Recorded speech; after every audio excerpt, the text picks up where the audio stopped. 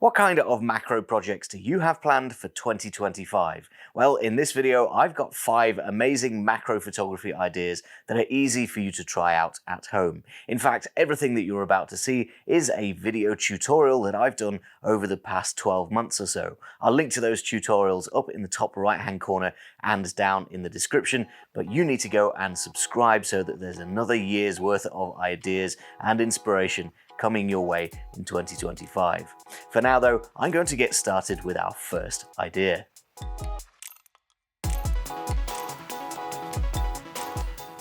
So my first idea for 2025 is kitchen utensils, and in particular this cheese grater made for a fantastic abstract shoot.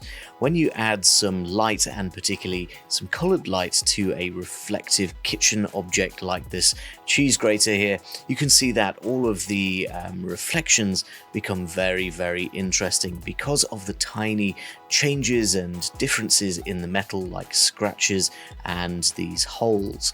It doesn't have to be a cheese grater though. We have plenty of stainless steel and metal objects in the kitchen, like corkscrews, knives, forks, anything that has a little bit of reflection and preferably some interesting details can make for a fantastic, very easy shoot to do at home.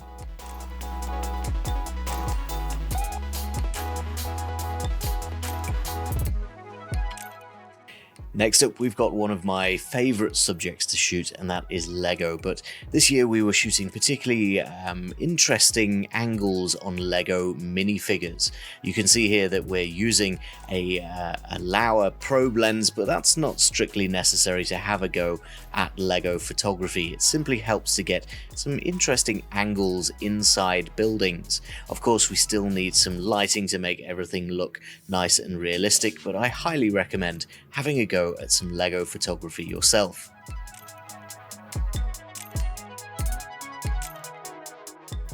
Next up, we've got a subject that requires a lot of movement, and that is creating light painted photos. You can see here that we're using a very simple subject, just an egg balanced on some forks, but moving the light around the subject creates these interesting waves of light.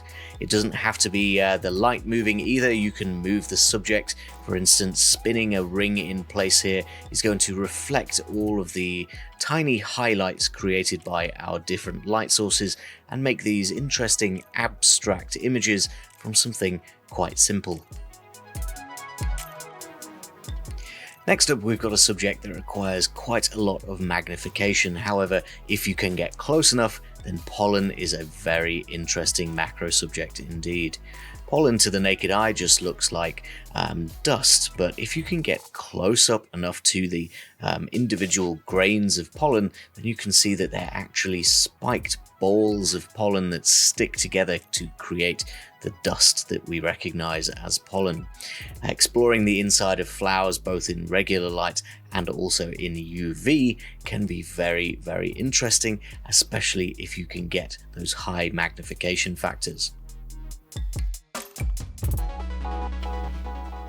In at number 1, I'm putting smoke effects. This is a really fun shoot if you have anything that can create some smoke. So we're talking vapes or smoke machines, or even something like incense or a candle can create these wispy effects all around a subject. As you can see, we're shooting a dragon egg, and my goal was to make it look as dragony and fiery as possible. Adding some coloured light and of course that smoke to my images creates some very interesting movement in any video that I'm taking, but also the images can look spectacular. All of the contrast will pop out of those smoke wisps if you get your lighting into the right positions, and the images can look very, very striking indeed.